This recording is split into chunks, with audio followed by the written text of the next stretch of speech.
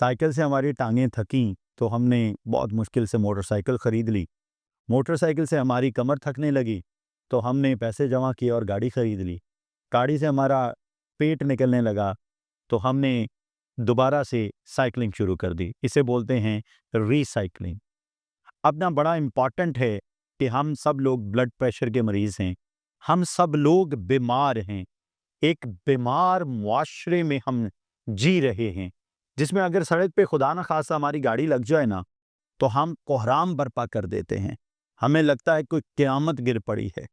बाबा जी इशफाक अहमद साहब की एक दफ़ा मैं बात सुन रहा था, उन्होंने कहा कि एक दफ़ा मैं किसी के साथ जा रहा था, तो पीछे से एक मोटरसाइकिल वाले ने गाड़ी ठोक दी, तो मैं उतर के जब वो साहब जब उतर के उनसे उलझने लगे, तो उन्होंने पहली जो बात की, उन्होंने कहा जी माफ़ करना।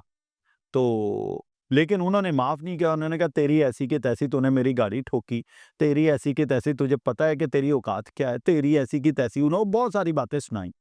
तो वो जैसे ही आके गाड़ी में बैठे ना, तो बाबा जी कहते हैं कि यार तू आज बड़ी ज़्यादती कीती है। उन्होंने कहा बाबा जी मैं किहड़ी ज़्यादती कीती, मेरी चंगी भली नवीं नवेली गड्डी दे विच उन्हें मोटरसाइकिल ठोक दित्ती जे। उन्होंने कहा कि अल्लाह दे वास्ते माफ़ कर दिओ। यार जदों वास्ता उस रब दा दे छड्डिया उन्हां ने, गोली मारो यार, गड्डी बन जाएगी। तो ये एजुकेट करने के लिए ना हमारी सोसाइटी को आज भी बहुत ज़्यादा ज़रूरत है। ये जो रोड्स पे मामलात शुरू होते हैं ना, मतलब थोड़ी-सी गाड़ी लगने से मामला शुरू होता है, बात थाने तक जाती है। मतलब हमारी गाड़ी का रिपेयर होता है 3, 5, 10, 15, 20 हज़ार का। अनफॉर्च्यूनेट ये है कि हम 50 लाख दे के छूटते हैं। हमारे वो जो दोनों आपस में हवारी होते हैं ना, दोनों एक-दूसरे के मुखालिफिन होते हैं, वो एक-दूसरे के दुश्मन बन जाते हैं। एक-दूसरे के ऐसे तगड़े दुश्मन बनते हैं कि एक-दूसरे पर केस कर देते हैं। और फिर केस ऐसा चलता है कि एसएचओ को भी पैसे देने पड़ते हैं, अदालतों को भी पैसे देने पड़ते हैं। खुदा न खास्ता अगर किसी के पास ड्राइविंग लाइसेंस नहीं है और ड्राइविंग लाइसेंस ना होने की वजह से वो जेल में बंद हो जाता है, तो फिर उस साहब को जाके जेल हुकाम को रिश्वत देके घर का खाना देना पड़ता है, थोड़ी बेहतर बैरक लेके देनी पड़ती है और घर का बिस्तर देना पड़ता है, वरना उसको गर्मी या सर्दी में झुलसना पड़ता है। उसे गंदा खाना मिलता है, उसे बहुत ज़्यादा तकालीफ बर्दाश्त करनी पड़ती हैं। ये तमाम कहानी शुरू होती है ब्लड प्रेशर हाई होने से।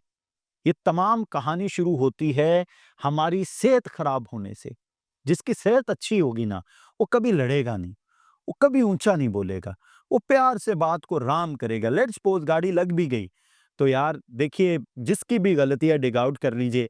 अगर अगला बंदा मान रहा है कि अच्छा यार मैं ठीक है कुछ इसको ठीक करवा देता हूँ तो उसकी मेहरबानी। अगर नहीं भी मान रहा तो कॉन्फ्लिक्ट में कभी मत पड़िए। ना रोड पे, ना गली में, ना अपने घर में। इवन कि अपने घर में एक वाकया मेरे पास आया, मियाँ-बीवी दोनों जॉब होल्डर, दोनों ने एक-दूसरे पर केस किया हुआ है, घर की वो बर्बादी हुई पड़ी है, मतलब वुड यू इमेजिन, ये मतलब चंगे तगड़े बंदे उन्होंने अपने घर का एक पोर्शन भी किराए पे दिया हुआ है। दोनों मियाँ-बीवी रोज़ाना आपस में लड़ते हैं और उस घर में मेरे एक बड़े अच्छे जानने वाले रहते हैं, उनके वो किराएदार हैं।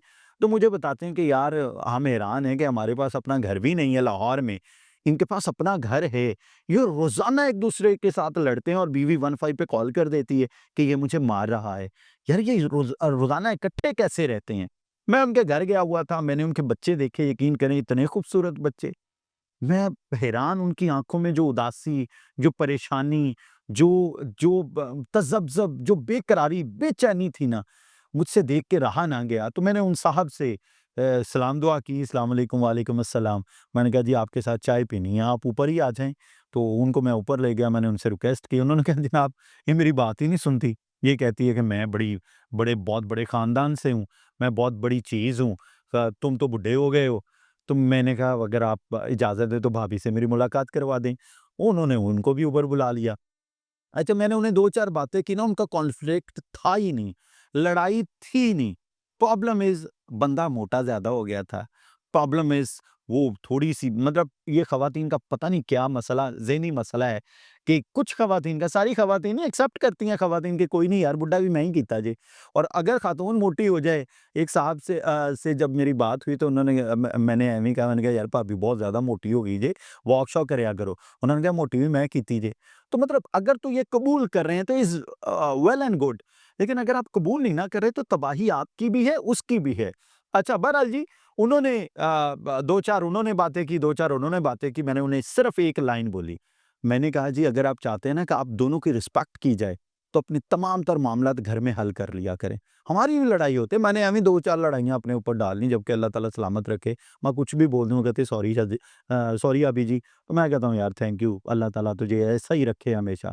तो थिंग इज़, आप सबसे पहले साइकिल जो चलाते थे ना, उस साइकिल पर आएँ। उस साइकिल की आज की जो शक्ल है, वो ये है कि हम रोज़ाना वॉक करें, अपना ब्लड प्रेशर मेंटेन रखें, सेहत अच्छी होगी ना, मैं आपको गारंटी देता हूँ, आपका लड़ने को दिल ही नहीं करेगा।